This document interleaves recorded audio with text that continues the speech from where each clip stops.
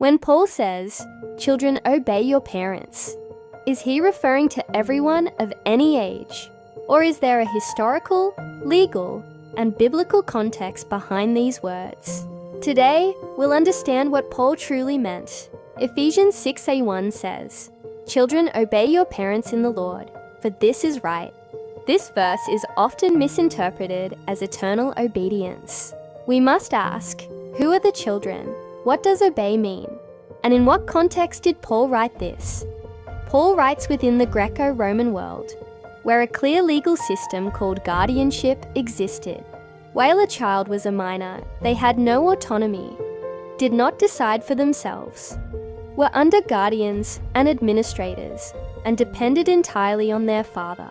Paul uses this legal background to explain the Christian life. In Ephesians 6:1, Paul uses the Greek verb upakuo, hyperko. This verb does not simply mean to listen to advice. It means to obey someone who has direct authority over you. Hyperko is used for slaves with their masters, soldiers with their superiors, and minor children under guardianship. That is, it's an obedience linked to dependence, not maturity. The word Paul uses is tekna.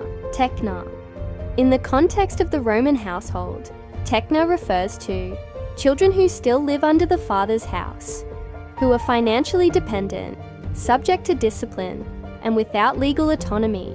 Paul is not talking about adult men, married people, someone who has already formed their own household. Now, Paul explains this explicitly in Galatians 4:1-2.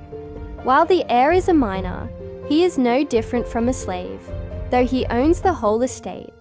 He is subject to guardians and administrators. Here, Paul makes it clear, minor child acts under guardianship. Guardianship backs obedience, maturity, responsible freedom. That is, obedience is a phase. Paul himself answers this in Ephesians 5:31. "Therefore a man shall leave his father and mother, and hold fast to his wife." When a man leaves his father's house, forms his own family, and assumes responsibility before God, he is no longer under guardianship. Childlike obedience gives way to spiritual maturity. Paul does not teach rebellion. He teaches maturity. Minor children obey.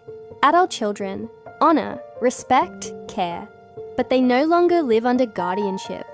The Bible does not imprison. It leads to maturity. Understanding the context does not weaken Scripture. On the contrary,